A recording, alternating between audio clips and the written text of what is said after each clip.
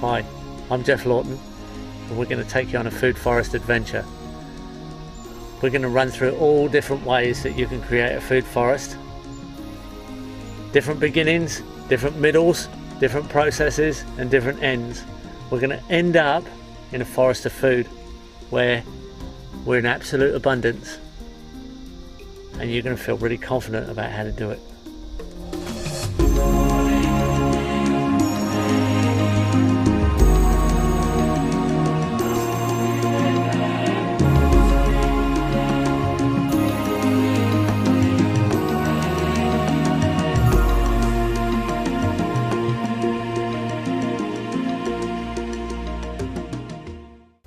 Well, explain a little bit about forests in terms that aren't quite so academic. When you're looking at the patterns of a forest, you don't need to look at the botany. You need to look at the actual, literally the patterns of a forest. So, starting off at the forest floor, we can define it simply. And we need to simplify things. Nature's quite complicated. So if we can look at things in simple, simplified forms, we get kind of a mainframe understanding. So if you look at a forest, you can classify a forest initially with your climax trees. So you have a climax layer of forest. That's the canopy. That's the large trees. And then underneath those, you get another layer of trees that don't quite make it to the canopy, and they're in the shade of the climax, and these are the understory trees. So understory in the shade. Underneath those again, there's another layer. So this is the shrubs and bushes that are lower again. They're still woody plants. They're not herbaceous plants, non-woody plants, but they're shrubs and bushes, and they generally don't have a trunk. Then lower down we end up getting into herbaceous plants, little plants that don't have any wood. In some climates, there's two layers of these, especially the cold climates. The cold temperate climates that have winter rain and summer dry, they can have two layers of herbs, the typical European climate. But we'll just put it in as one layer. So you have the herbs. Below there again, we can have a ground covering layer. The plants that are prostrate and creep across the ground. They can be woody and non-woody, but they're physically a ground covering function or layer. So you have your ground covers.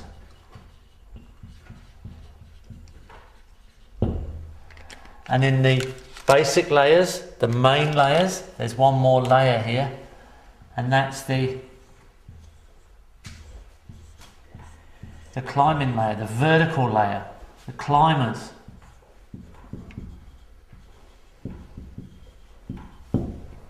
These are the main layers of a forest. Let's count them through. We had 1, the climax, 2, the understory, 3, the shrubs, 4, the herbs, 5, the ground covers, 6, the climbers. Those layers are in every forest. Doesn't matter what climate it is. But there are other layers. Like I mentioned before, there's 2 layers of herbs, tall and short herbs in the cooler climates, the colder climates, the temperate forests. You can also have clumpers, plants that grow by divisions and clump. So they can be part of a forest. Clumpers. You could classify another layer. You could classify the root yield layer. Plants that may be deciduous and go down to the ground, die down, and put all their store all their energy in roots and come again in the growing season, or just generally grow from roots. So you could say there is a root yield layer. So we've got 2 more layers now. We've got to 8 layers. In the tropics, and starting at the subtropics to the tropics, you can also have palms. So you can have a palm layer in the forest. The palms. And in the wet tropics, you can typically have 2 layers of palms. When you get near the equator, you also get what are called emergent palms, that can long skinny palms that stick right at the top of the forest, the emergent palm layer. Now that's specifically to the wet tropics, the emergent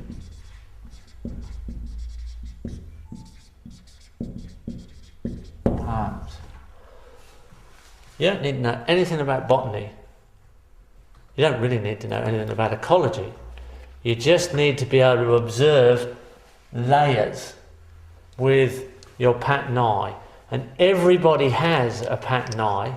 You just need to be told to use it and discover it. It's a inherent function that we have to be able to recognize form and pattern and shapes, particularly in nature, because we love those patterns. So it's one thing to understand the layers of a forest, and it's a wonderful thing to go into a forest and see all this amazing interactions of form and feel like you're in a complete ecosystem, almost like an organism to itself, cycling nutrients and many animal interactions, which are actually just mobile parts of the forest. Indigenous people can't separate the animals from the forest. They just see the animals as a high expression of the forest. And if top predators are alive, then we have, in a forest, we have a full expression of forest. So if you're in the Amazon, a hunting pair of jaguar need 35,000 hectares of pristine Amazon. So they're the ultimate expression of the forest.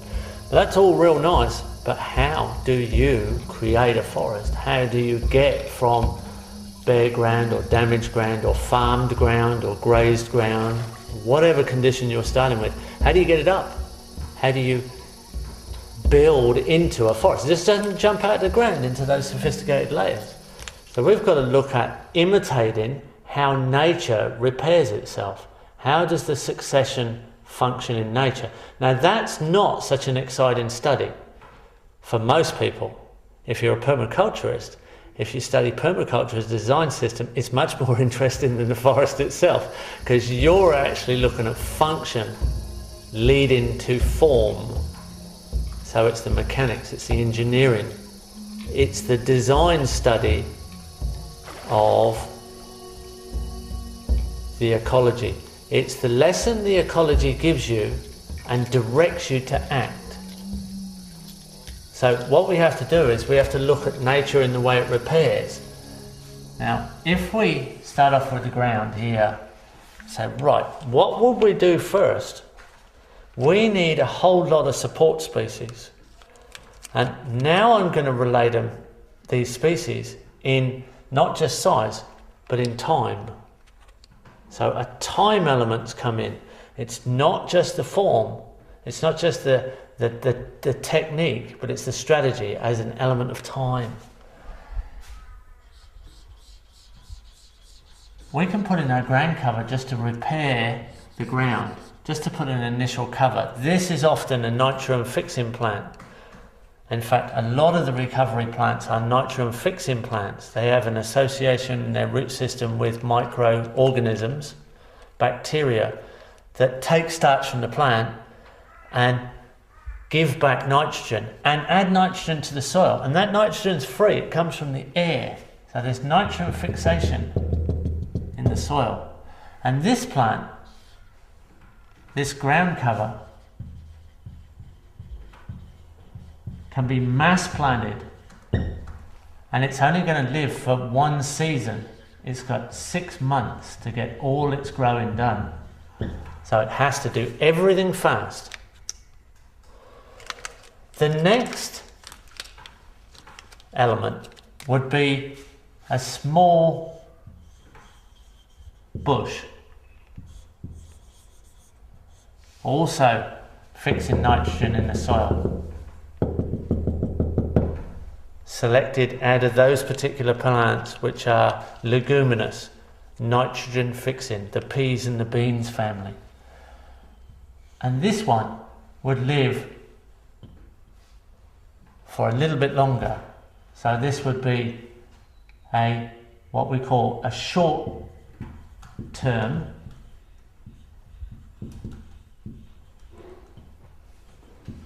legume bush, and it may live for 4 to 5 years.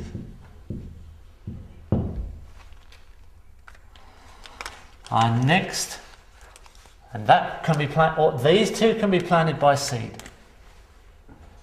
Our next one can be planted by seed or as a small tree, a small potted tree from a nursery, and it will also be fixing nitrogen.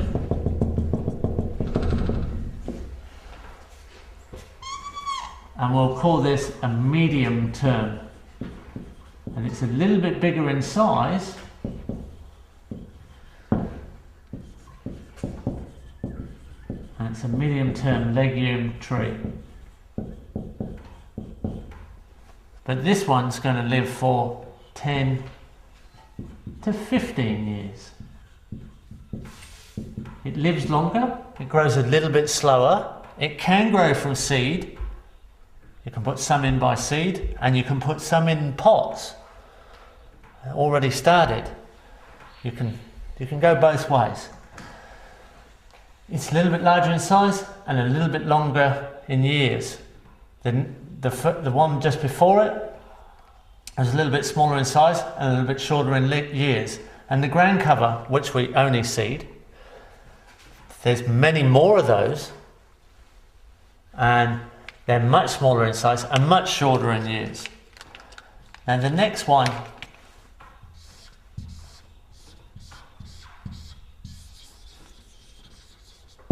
is larger in size again, and this is the long-term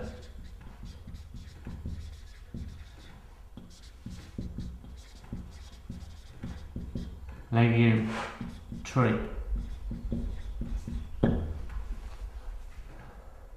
And this one lives full term. It goes on as a canopy tree of the forest, and it has long-term cycles of nitrogen in the ground. Now, there's in just a few square meters, there's hundreds of thousands of these. There's tens of thousands of these. There's thousands of these.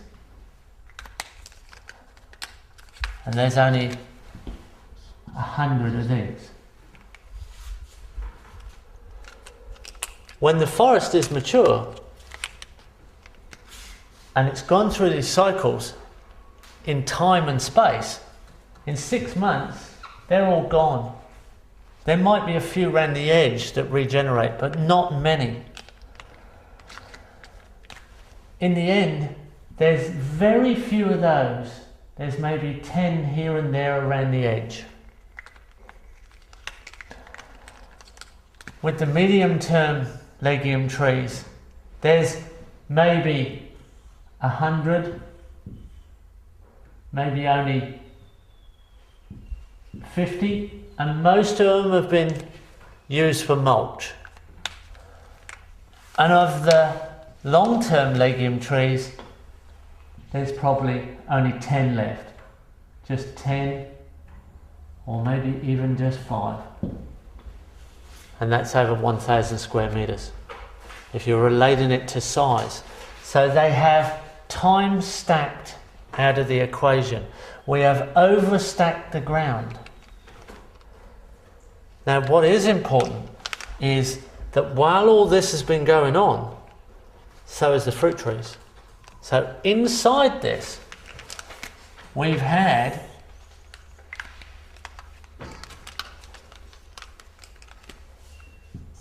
understory fruit trees,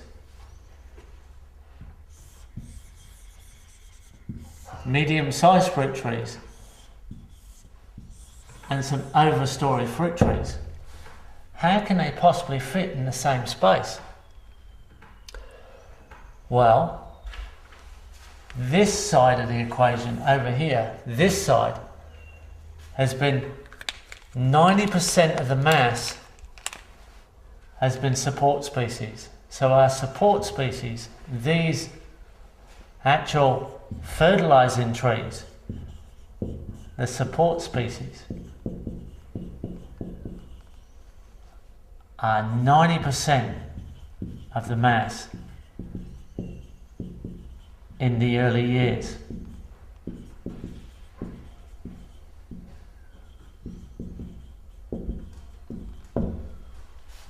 And the fruit trees, or the productive trees, because they might not all be fruit, there might be other types of productions in this forest. The productive trees are 10% of the mass.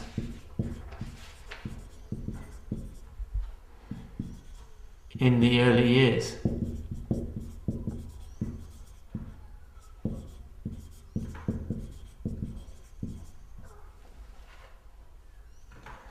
At the end, it reverses. At climax,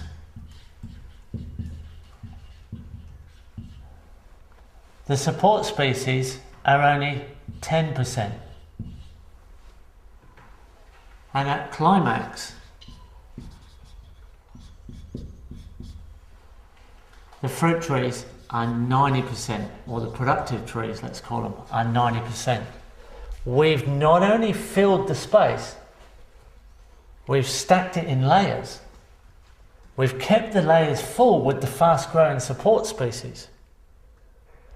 We've switched the spatial relationship. So these trees have nurtured the productive trees into existence. That's exactly what happens in a natural forest.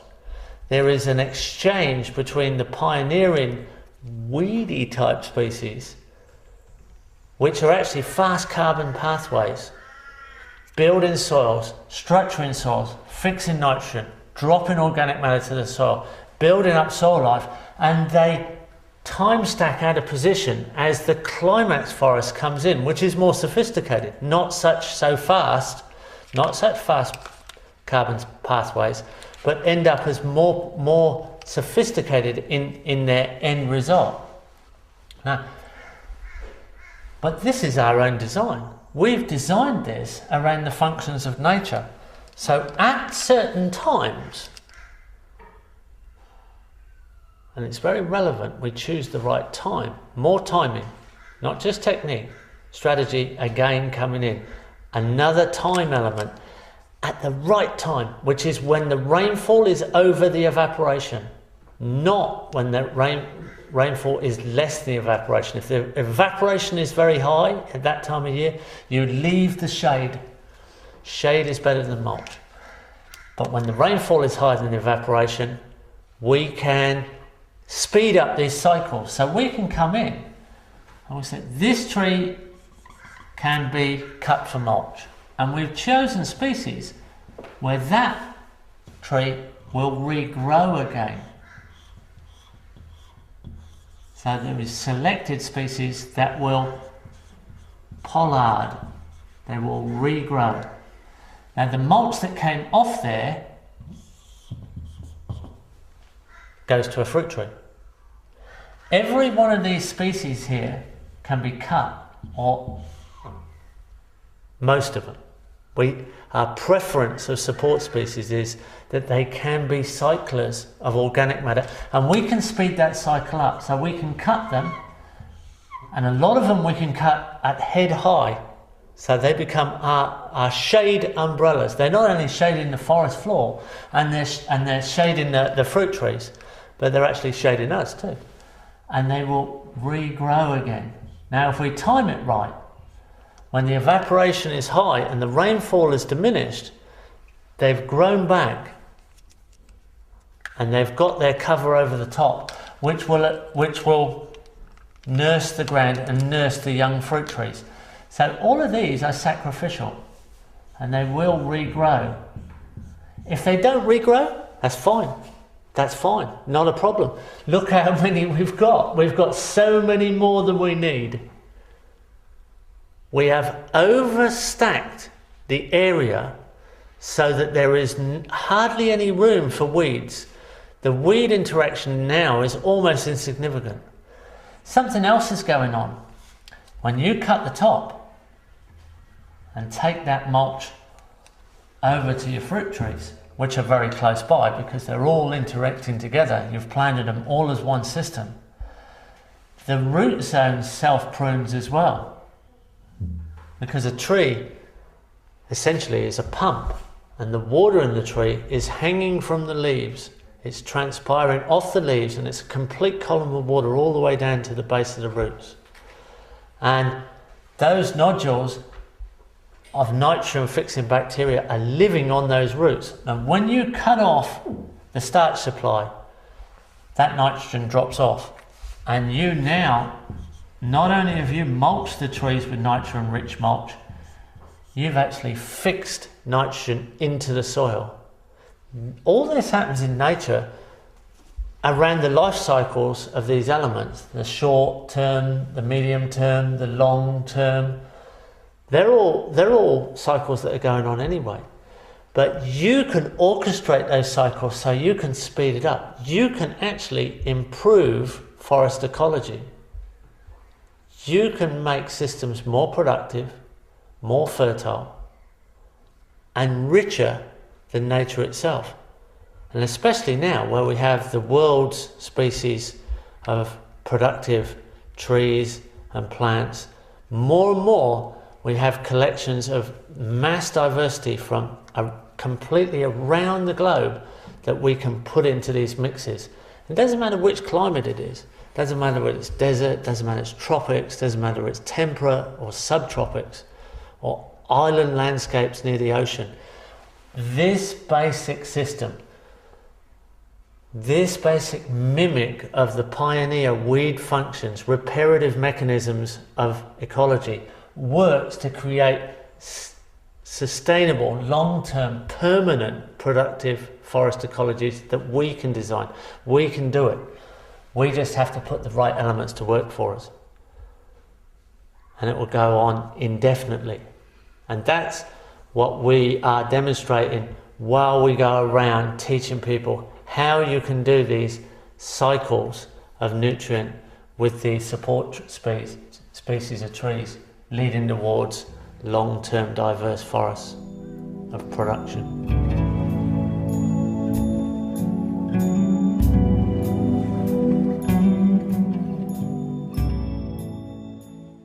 This is a swale, and we've earthworked this feature just simply to harvest water in the landscape and soak it in so that it transits through the landscape very slowly. But we've laid up a small area here to ground covers, annual ground covers, and we've planted specific trees in position so that they, like the ground cover, they nurse the establishment of productive trees through to long-term ecosystemic stability.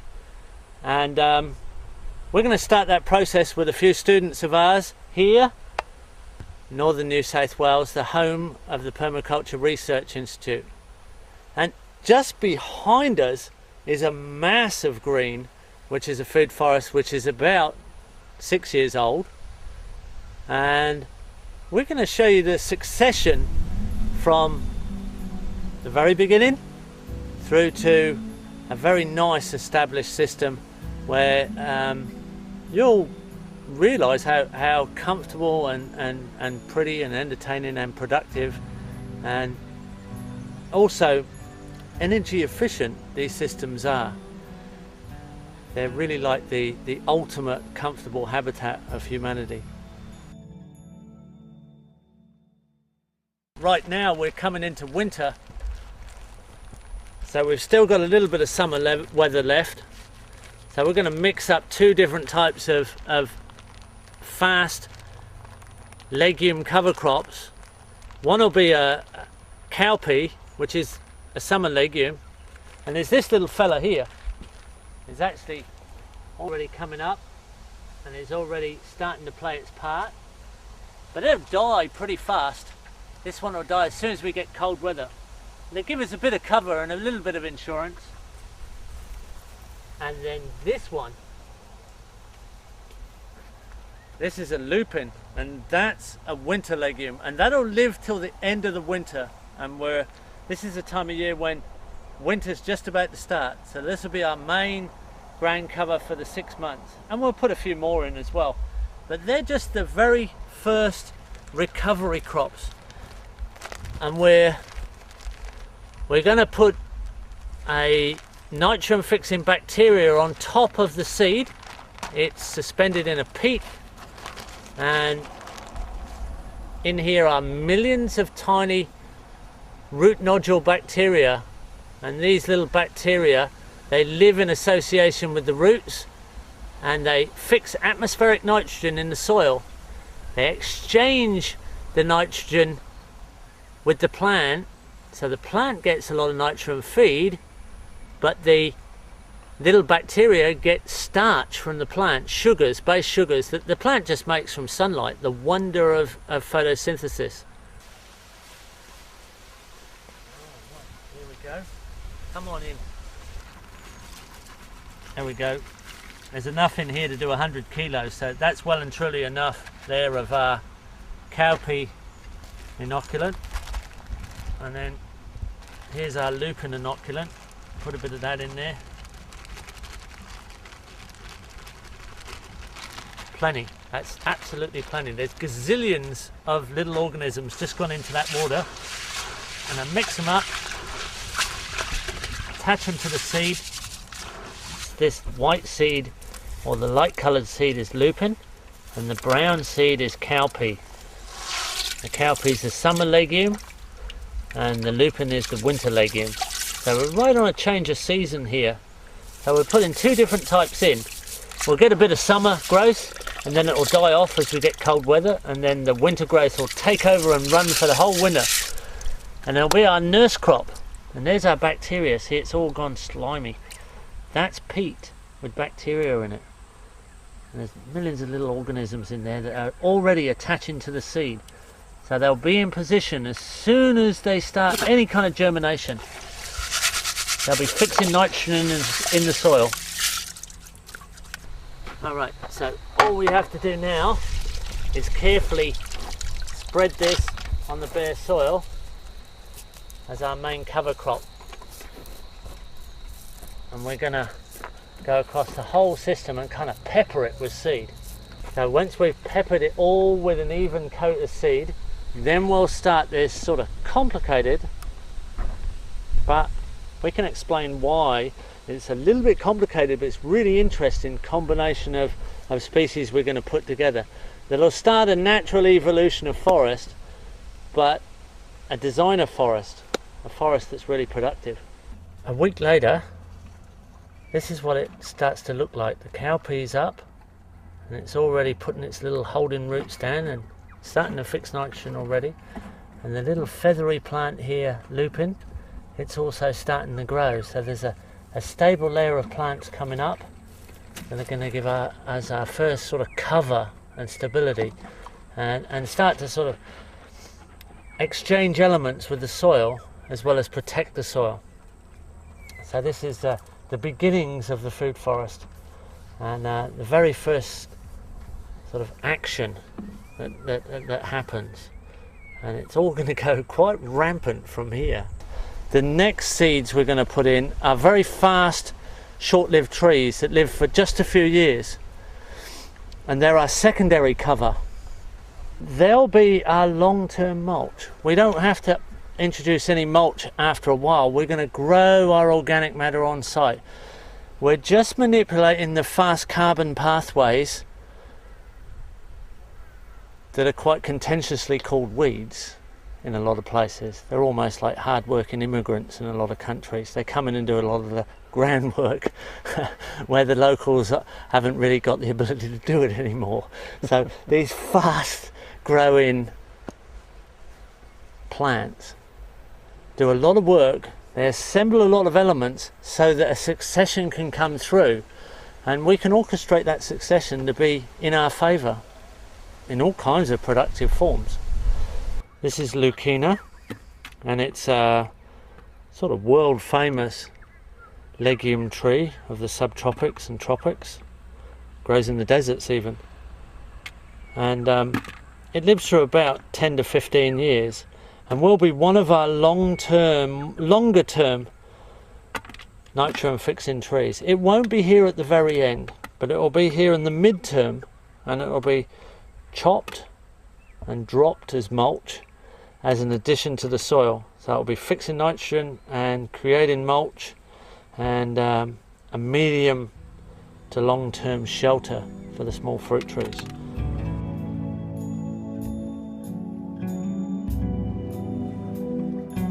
So now we're starting to position our main trees. This is a legume called ice cream bean, Inga edulis, and it'll be a long-term legume that lives with the food forest for a very long time as a sort of nurse support species. This particular tree will be a shelter after a few years of the fruit trees. And just below us we've already positioned a rose apple, a subtropical fruit tree, and there'll be other trees positioned. Now these trees, they'll actually get a little bit more special attention. That's what this messy cardboard is for. We're going to cardboard and paper mulch around them and give them an extra bit of straw mulch so they get a really good start in life. These we can't afford to lose, and most of the support species that we plant have these nitrogen fixing nodules on them.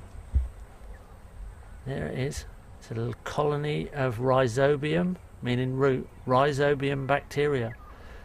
And when we prune this tree later on, when we cut the top of it for mulch, it'll regrow.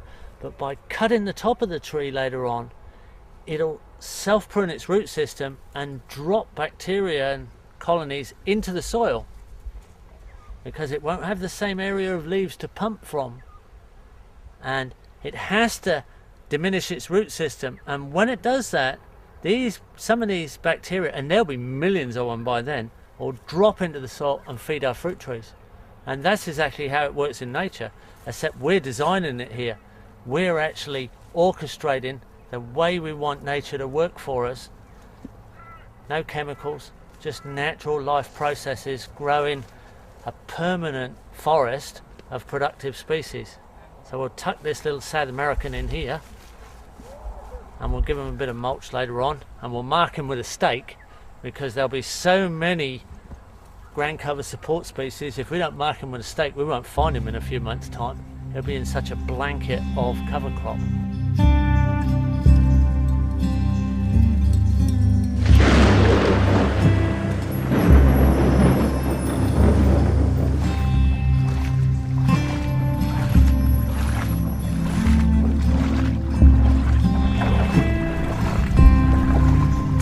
Well, no shortage of irrigation on this one. The rain's soaking into the swale mound. The food forest just 3 months old. Multi-species coming into all different layers, and it's well and truly on its way. And with a passive swale irrigation like this, you really can't fail.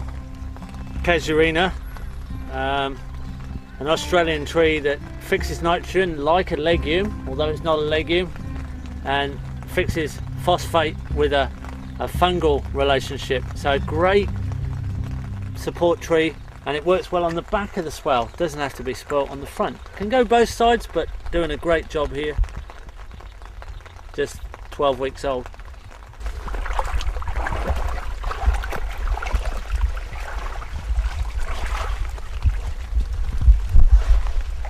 This little bush is called a Tephrosia. It's already starting to flower, and yet it's only 12 weeks old. It's a great legume that can be chopped and dropped and added down to fruit trees on the swale. Galangal underneath, a culinary herb flavouring. Sweet potato taken over from the annual grain cover cowpea that's dying out now. Comfrey adding minerals. There's just a whole association of plants here. So here, looking out over the swell, we can see small tree canopies starting to emerge. Pigeon pea, even sacred basil, different types of cassias, clumping bamboos, fruit trees like rose apple and mulberry. We've got Tephrosia legumes, Schizalobium legumes, Tipuana tipu, ice cream beans. There's mangoes and citrus. All kinds of mixtures are starting to emerge, and the canopies, although it's small, it's full, and it's sheltering the productive trees as they come through to the advanced canopy. It's just so encouraging to see the system nicely locked up and secure even after just 12 weeks. Sweet potato here is starting to form a ground cover. This is a perennial. It doesn't have to be harvested for roots. It can be a permanent ground cover until it gets shaded out by the long-term forest. So we have lots of little legumes coming through.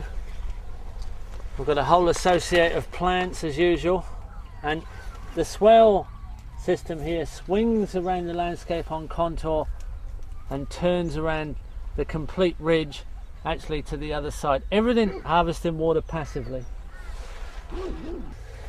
Fungi, one important part of cycling carbon. Here we are. I can pull this back. There's a whole load of oyster mushrooms. Breaking down a log in the forest, trapping little pools of water. They're actually transferring that wood into soil. This is the teeth of the soil, which is all mouth.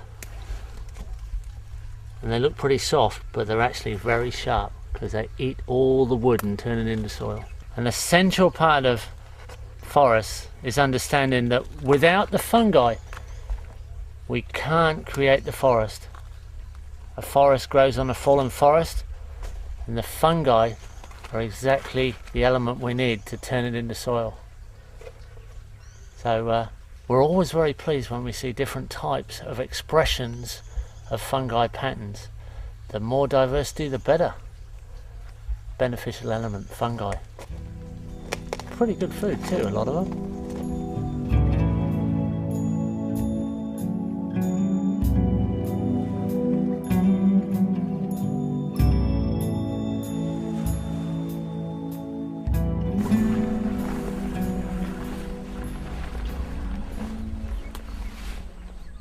So this is a weed system that's just naturally occurred. An assembly of plants that have just appeared from the landscape. This side is kind of a designer weed system. We've mimicked the weeds that occur in nature and their fast carbon pathways. We put in particular design elements, short-term, long-term, ground cover, tubers, bushes, and we've occupied all the space that would normally be taken by not such friendly weed regimes.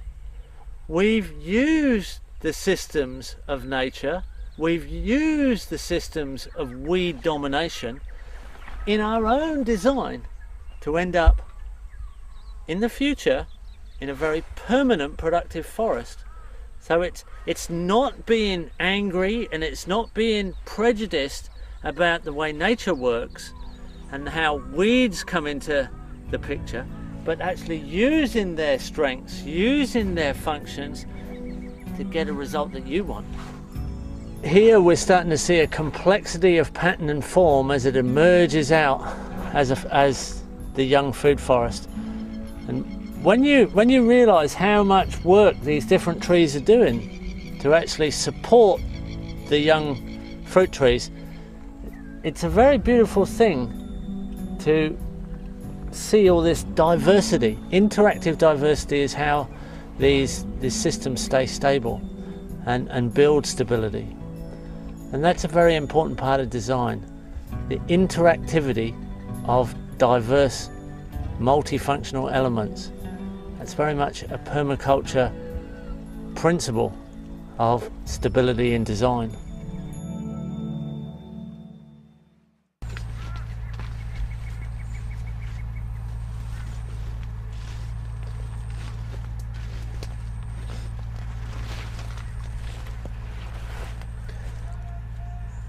Here we are in a more advanced system. This is just a few years in front, and the ground cover is now quite consistent, mostly sweet potato with arrowroot coming through as chop and drop mulch, and a whole assembly of fruit trees and some longer term legumes that we're cutting for mulch at certain times. Fruits falling off the trees, and it's all looking pretty stable actually. It's quite uniform now. If I just reveal this, we're going to have quite a lot of citrus pretty soon too as the winter comes on. Quite a lot of mulch plants like this crotalaria, that's good nitrogen fixing legume. There's a few flowers, just as a distraction of colour distraction for pests, scent distraction for pests. So it's quite a uniform system. If you have a plague of grasshoppers, you have a deficiency of ground birds. Your ground bird habitat is diminished. So in a very blunt and kind of interesting way, you can put turkeys over grasshoppers, and for every 3 kilos of grasshoppers you can get 1 kilo of turkey. So you don't have a grasshopper plague, you have a turkey deficiency. So if you can put up ground bird habitat and a balanced habitat, you won't have a grasshopper problem. Much the same as if you have a snail or slug problem, you have a duck deficiency. And if you don't want to keep ducks, you can have a stumpy-tailed lizard, big fat lizards of Australia that the Aboriginal people in this country call land mullets, because they were also a food source for the native people of Australia. And they eat slugs and snails, and they'll live in your garden or in your food forest very happily. If you have a lot of slugs and snails, they'll bring them into balance, and they just need a pipe or a hollow log in the mulch, and they live for up to 30 years. They're a very long-term element. They'll live longer than your ducks.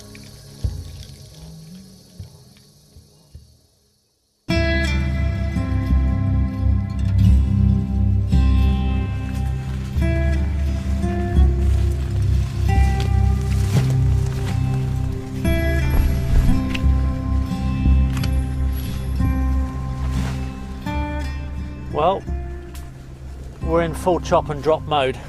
It's summer in the subtropics, and the growth rate's going really fast.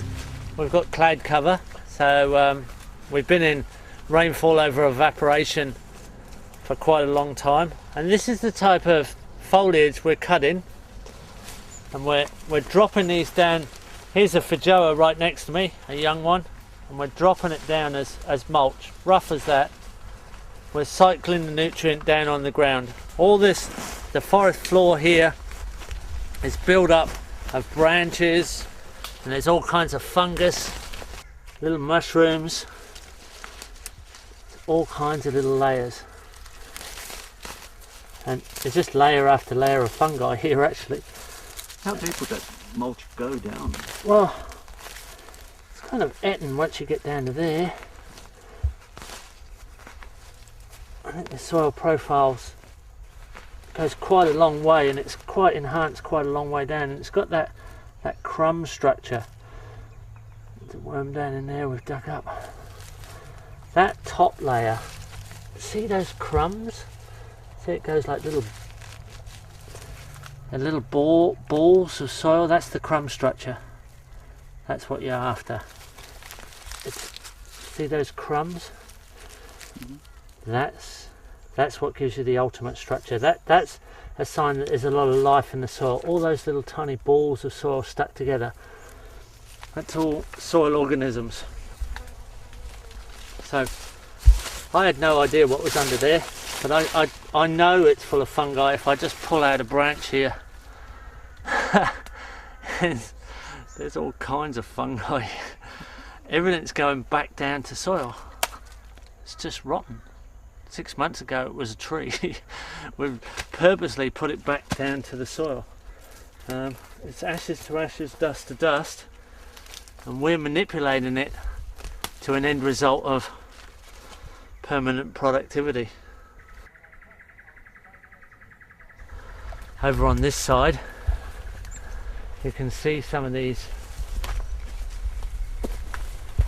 cut legumes have already resprouted, so they're pollarding off and they're starting to grow the new mulch for the next year, so they'll be shaded during the dry season.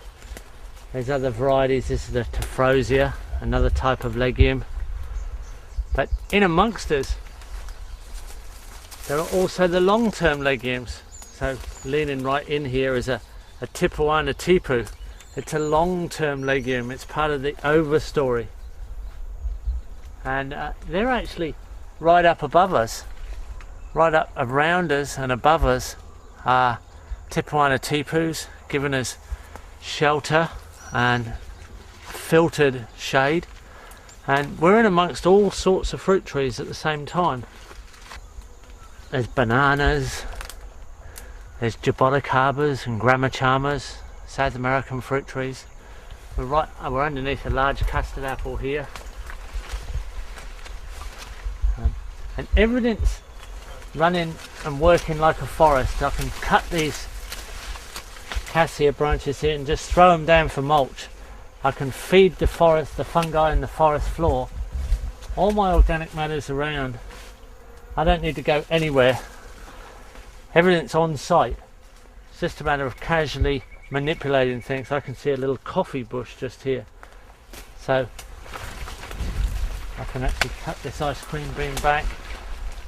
I can cut a little bit of space, and quite quickly I can mulch around for this coffee bush.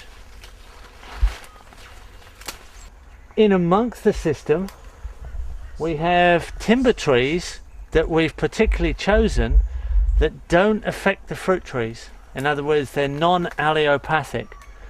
They have no effect on the fruit trees. They're neutral. So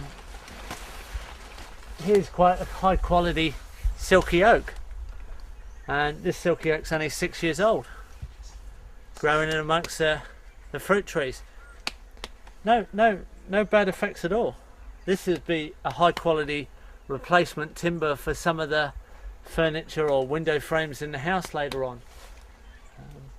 There's 4 or 5 of them here dotted through the food forest, and it's a different form of productivity. We've actually pruned it so it grows straight, and it's gone shot out the top of the canopy, and there's no stopping it now. We're going to get a straight bit of silky oak in 25 to 50 years time. It'll probably be milled, or it may go even longer.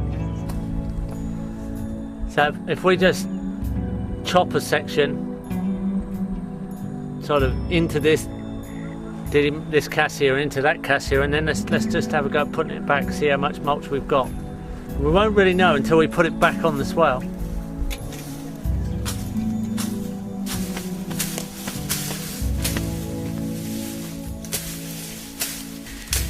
Here we are on a larger outer zone system. We're on a swale again, a main frame swale, and we're a long way from the house, so we're in a less maintained system. The diversity stretched out into the more hardy species.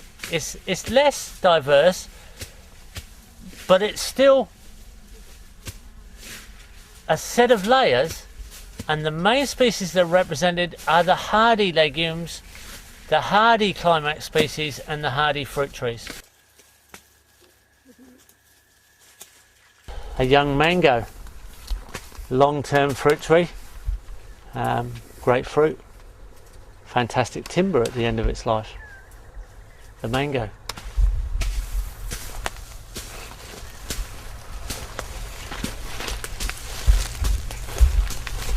Custard apples, look at them. Fruit in all on its own. The Annona genus. There's quite a few in the custard apple family, and they're indicating they grow really well on this property. This one's grown all on its own and produced pretty good looking fruit. We can't wait to eat them.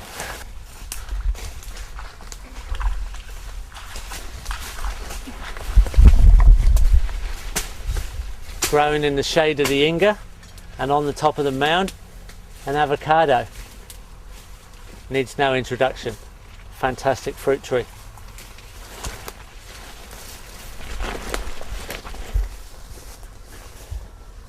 Here's the Tipuana tipu, a great overstory legume. If you cut it, it'll regrow, so it's a great mulch tree. Loses all its leaves in the dry spring of the subtropics and puts them all on 10 days later. Fantastic overstory of our climate.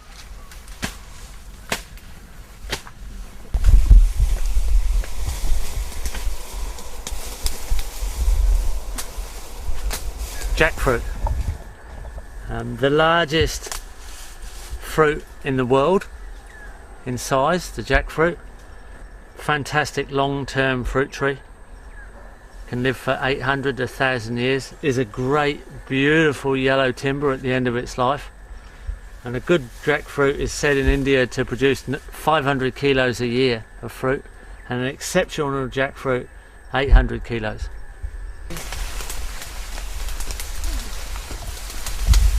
We have tropical yams climbing up the ice cream bean, good root yield. And here's another big avocado, 6 years old. This should go on for many years. It's a highly productive tree. It's already fruited twice, and you couldn't really ask for much better than that in 6 years without any effort. Really. Pretty good. This goes for 400 meters. This is 400 meters on contour. It back floods half a meter deep on the maximum rains before it overflows, and it fills 3 dams in the process. So there's 3 main dams on the property that are filled by this swell, and then they back flood up for 400 meters, and all of that water soaks into the landscape. That water then very slowly plumes through the landscape and feeds swales lower down. So this is our main frame and the highest swale for the highest dams. Once we have a mature system, or a system that's close to climax and maturity, it's very, very easy to add on. The hard bit is getting it started. That's why a swale comes in so handy. A swale is self-regulating with the water. So you can get a contour line planted along a swale of food forest, and then downhill from there you can just add on and add on and add on. It's very easy to extend the edge because you already have stability on one side and the water's going down, it's not going up. So you can chase the water down with the forest and it just extends out through the system. So we're now implementing more and more swales downhill from this one major swale. Each one will be forested and be a major division in the property pattern. We're stacking the soil with succession. We're speeding up the succession ourselves. And we can be casual about it and then do it slowly if we haven't got time, or we can speed it up and rev it up and make it all happen a lot quicker and more productively. It's up to us. There's no panic about this.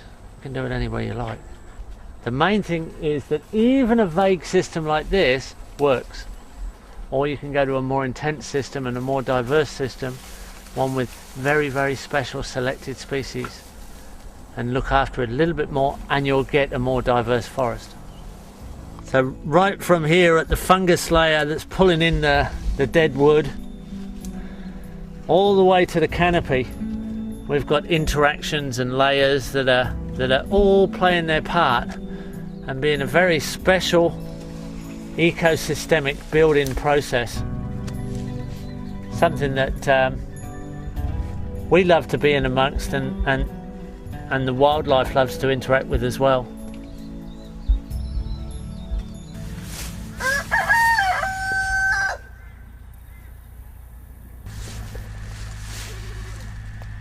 Here we have the beginnings of a food forest, and the chickens were here 2 months ago. And this is the result. There's a fruit tree in the middle of mulberry. It's been a little bit grazed off by some escaping goats, but it survived. If we move across this way, the chickens were here just a month ago. And we've chopped some of the big weeds that have come through for mulch. And we've got a macadamia nut tree in the middle of it. But they were here just 1 month ago, and this is a legume tree just here, and lots of different little features. This will emerge into that. That will eventually emerge into one of those systems. Over 3 years of progression, that system has been planted by the chickens. Now if we move across here now, this is the chickens as they are today, and we're just about to move them. And when we move them, we'll be able to see very carefully and clearly that they've actually really prepared the ground in probably one of the best ways you can prepare ground. They've scratched it all up, they've manured it, they're still scratching, they're scratching away right now. They're pecking out seed, they're pecking out pests, they're manuring and they're shredding the mulch. And we'll move them over and let them get on the next bit of ground, and they'll love it because they'll get on the fresh ground. They live to scratch. We'll then plant this up and we'll continue this progression on. And it's just one simple way of doing a food forest, of starting a food forest. When you include poultry, chickens, ducks, or geese, they have to be timed so that they're introduced when the system's large enough that it can handle their physical presence and their scratching and grazing, turning the surface of the soil and the leaf litter over so it decomposes quicker and feeds the system. But also they're manuring the soil, but also they're breaking pest and weed cycles. So they're breaking pest cycles by eating pest larvae. The fruit fly is a classic. The fruit fly stings the fruit on the tree, and the eggs of the fruit fly are in the fallen fruit when it hits the ground. The larvae pupates in the fallen fruit and then crawls out of the fruit and goes into the ground, where it then carries on its development and hatches later on as a fruit fly and goes back and completes the cycle. The chicken breaks that cycle because any fallen fruit with larvae in it are actually eaten by the chickens. So you can break your fruit fly cycle by including chickens into your system once your trees are large enough to fruit. Now this is sorghum. So we can cut the heads off these to feed the chickens. So we'll cut the heads off the sorghum all the way round, and that'll add to the chicken feed because the chickens did the work to create this system for us. So this is grain that we can use as chicken feed. So there's already a return of surplus. The system's already returned something back to the chickens, although they've left. And they won't be coming back in here, although future generations of chickens might be in here when it's mature, but they won't be in here for a while because it's a young system. It has to be a lot more stable and it has to be older before it can handle chickens again. But they started it, we're giving them some return, and now we're going to chop and drop.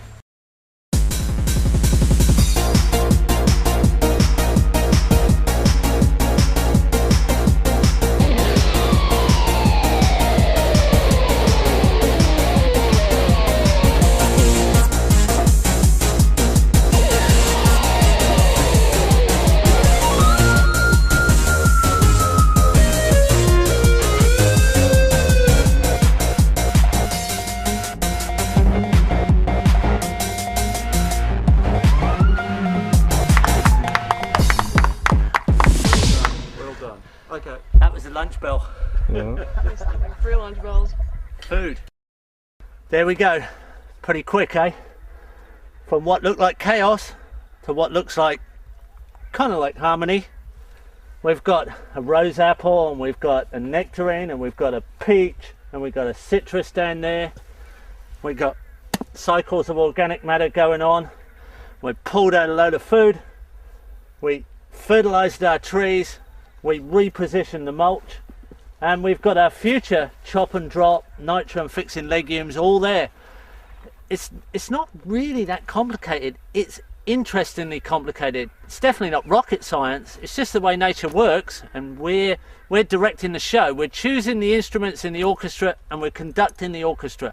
And this is only really this is less than a year old, I think. So this is only the beginning of permanence, and it's the beginning of the concerto really that we're conducting. And it's pretty good fun too. We can all do this, and we can all end up with free surplus food, live food, fresh food, grown where you live. Can be a community park, could be the nature strip, it could be next to the road, could be on the roundabouts, could be all the way through town, all the way through the city, and we hope we can help you do it, because it's not that hard to do. And it works in any climate. It's not just this climate. It's the assembly of function in the form of the species that makes a difference. It's not about this particular plant or that particular plant. It's about the connections between the plants you can grow in your climate. Not a problem. A lot of the weeds here that the chickens, yes, a lot of the weeds the chickens have been scratching through are actually weeds from our garden, and they're returning the minerals that they're harvesting. A lot of weeds are mineral reactions to deficiencies, so they harvest the minerals that are deficient. Well, the germination condition that creates the weed in the first place. The weed is a response. It's a symptom of a cause, and often the cause is a mineral deficiency. So these weeds have a special ability often, not always, but quite often, to replace or repair the conditions. So if there's a mineral deficiency, often the germination of the weeds and the return of the weed body to the soil repairs that deficiency. So weeds often repair the landscape so that it can go and advance through succession. What about these guys, darling? It's a process that's going on all the time. The weeds are remineralising the land. If you burn the landscape, the weeds that come are fire weeds, and their bodies are always high in potassium because the fire depletes the landscape of potassium. Their roots pull it from deep down, bond it up in their bodies, and when they die they put it back to the surface. And that happens in numerous ways. There are some weeds that only germinate when there's compaction, and they have deep tap roots and they decompact the soil, so they're physical repair mechanisms. Then there's weeds that have hair roots, big hairnet roots, and they hold the soil together when it's too loose, and they don't germinate when it's compacted. They only germinate when it's overplayed and over loose. There are all these response mechanisms. Weeds really are they cauterize the wound of damage. That's what they really do. So all this mulch is a real concentration of the minerals that are deficient on this land. We also intentionally mineralize the land through our animal manure, so we make sure our animals are nice and healthy and feed them minerals every day, so their manure is something that produces soluble, plant soluble minerals. So we're aiming to remineralize all the time, and stacking up a system like this quickly with high quality mulch and a succession of plants brings us into a system like that within 2 or 3 years, 4 years maybe maximum, and in 10 years is completely stable. In 10 years time, this will nearly be dark with nothing but leaves on the ground, and it will literally be a forest by function, but a food forest by production. Food forests aren't about how much production you get per tree.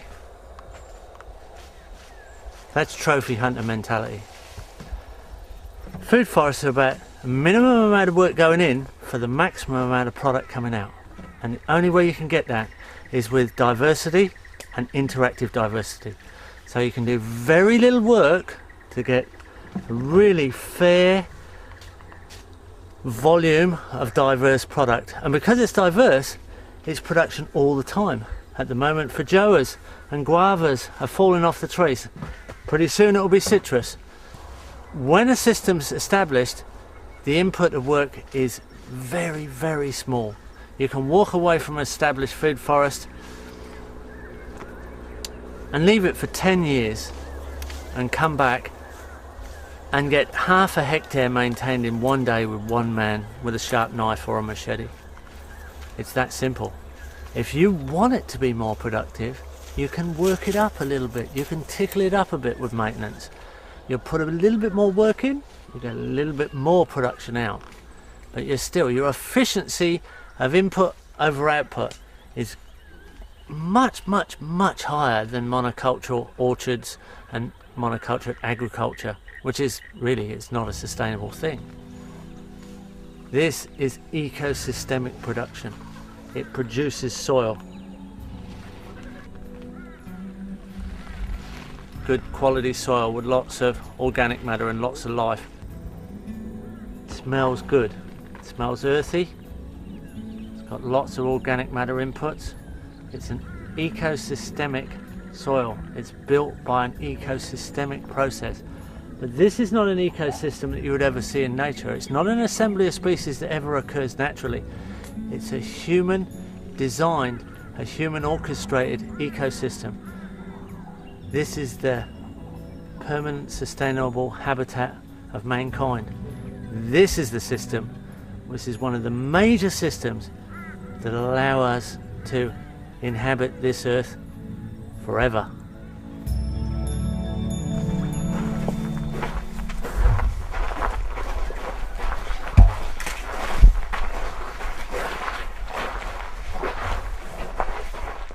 Well, here we are in the projects and the farm's nursery.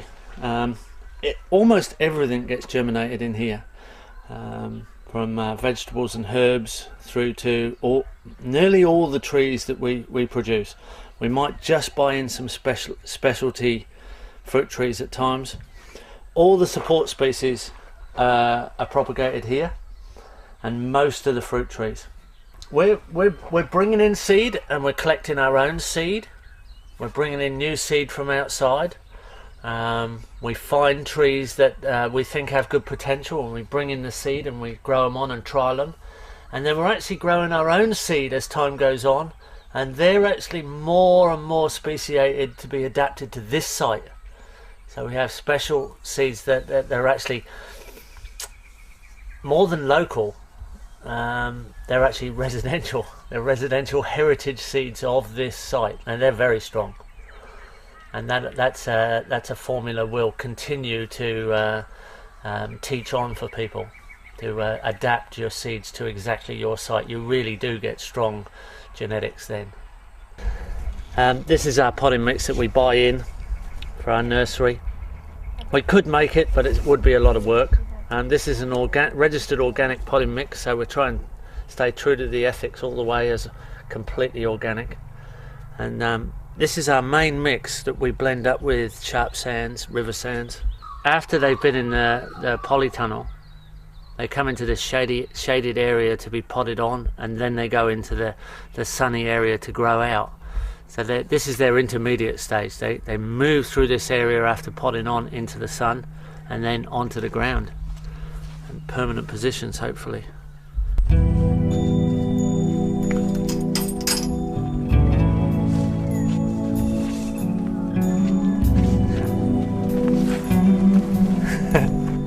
Well, Welcome to the ultimate health food shop. There's I couldn't even start to explain the amount of plants and interactions that are going on in the kitchen garden. There's about 400 vegetables and herbs in here, and fruit trees around the edges, and it's just endlessly producing a massive variety of fresh and medicinal and mineral rich products, and it's got a very large component of actual therapy as well. The psychological effect of working in a system like this, and then knowing that it's there and you've always got those supply lines of food and minerals and medicinals and herbs and scents, and just the whole thing about working in here and being in so much beautiful colours and shapes.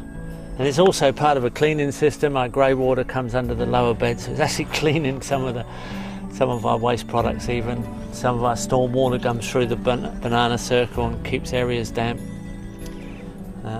It's all designed on contour. It's non-dig, endlessly enriching soil, double row reach beds. I think everybody should have one, really. Everyone should have a variation of one of these.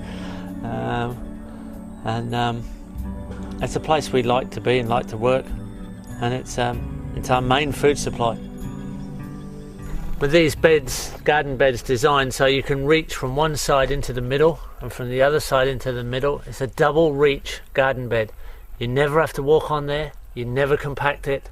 That means if you do the right introductions of mulch and compost and worm castings and organic compost teas and things like that, you don't compact the soil, you don't have to dig the soil.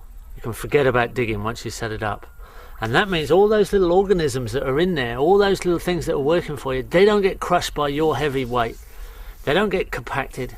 The pH, the acid alkaline balance stays nice and balanced, and it's full of life, and it just keeps producing and producing and producing. You can endlessly crop. You don't have to rest the garden. You can just keep cropping and cropping and cropping, and it gets more and more fertile and richer in minerals. And that just brings you up as a healthy, vital person that's continuously eating fresh, diverse, enzymatically rich food. That's what it's all about, getting people to understand this stuff. It's great. And that's the food forest is just a larger extension of that system, that's all. A forested system of this, really. So many colours, so many shapes, so many forms in the garden. The pests are confused. They can't see the most people can't see the vegetables, actually, but most of the pests, they can't see the vegetables, they can't see the herbs. They're confused. There's different smells in the garden, different aromatic herbs, different colours, different forms, different patterns, and there's lots of perches for birds. There's lots of little frog ponds for frogs. There's lots of little rockeries for lizards. They're all your predators, and they're favoured, and the pests are confused. The confused pests in a garden that looks like this, with predator habitat enhanced, is predated on. It's eaten. So you don't have pest problems. Those aren't something we have to worry about at all. And that's why it looks the way it looks. And it's part of the integrated pest management of design. It's quite simple and it's very beautiful.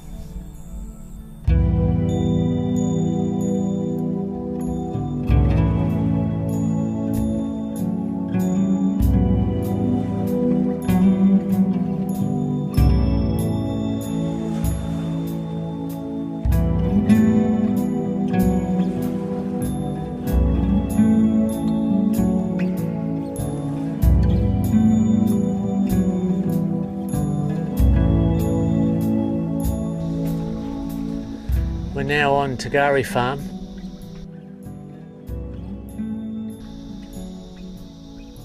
This was the home of the Permaculture Institute, and when I was the manager here,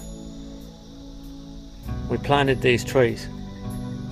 I planted the citrus, I planted this jackfruit and we planted this food forest. And in 2001 we walked away from this system and just let it develop all on its own. Probably some shots in here we definitely don't want to show anybody. Why not? It's just to understand this degree of rampancy takes a little bit of special education, I think. This is biomass stacking at the most extreme. This is very, very fast track succession. It's ecology moving at breakneck speed. It really is. I started planting this garden, this forest. It was just all grass, and because it was a small area, it was hard to keep the grass out. And then 7 years ago, it must be nearly 7 years now, we left this to just develop on its own, and it's now that little crescent is completely a forest all to itself. So that's what I'd like to just go and get inside of and have a look at, because I always enjoy having a look at this one. As we worked so hard, we thought we were battling the weeds, and didn't have it tidy enough. It was in front of everybody because this is the main arrival area.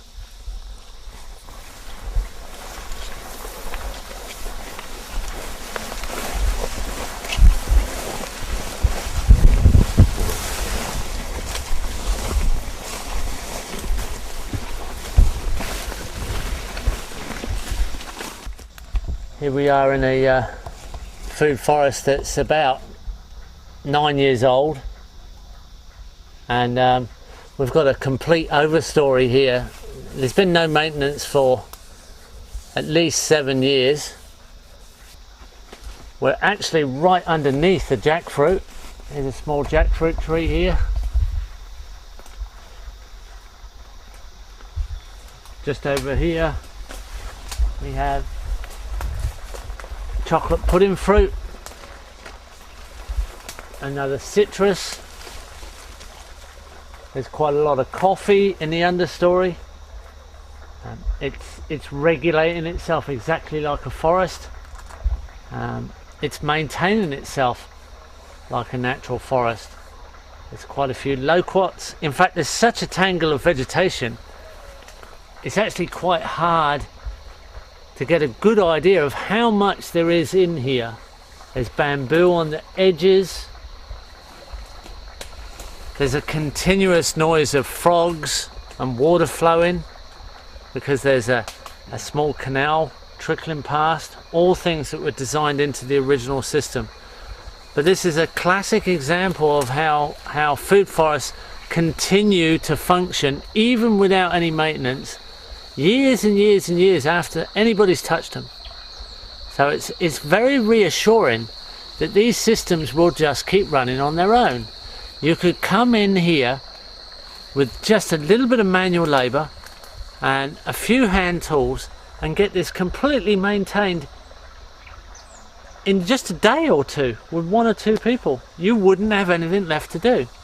And in doing that, you'd cycle organic matter around, open up a little bit of sunlight, and the trees you want to go into more production, you can aim the sunlight towards them. You can aim the mulch towards the productive trees. This jackfruit here could be opened up so that it just sees a little bit more light, and in doing so, what we cut, we can aim mulch towards it, and it'll boom and it'll fruit. So it'll fruit a lot quicker and a lot better. We can untangle the citrus a little bit in the understory. I can now see a Brazil cherry underneath the bananas. The longer you stay here, the more you can see, actually. All of this was 7 years ago. All of this was grass, and there's custard apples and loquats and citrus and rose apple, hoop pine and coffee and mulberry and white sapote, macadamia, some native trees, silky oak and casuarina, all mixed up, and it's just mostly just leaves on the ground, and there's even fruit trees germinating in the understory here. They won't get up to the light, but if there is ever a hole in the light, if there's ever a hole in the canopy, it's probably just going to get filled by a fruit tree, I think. I don't think you're going to stop it. It wouldn't. You can't stop this being a forest. It will go on for a long time.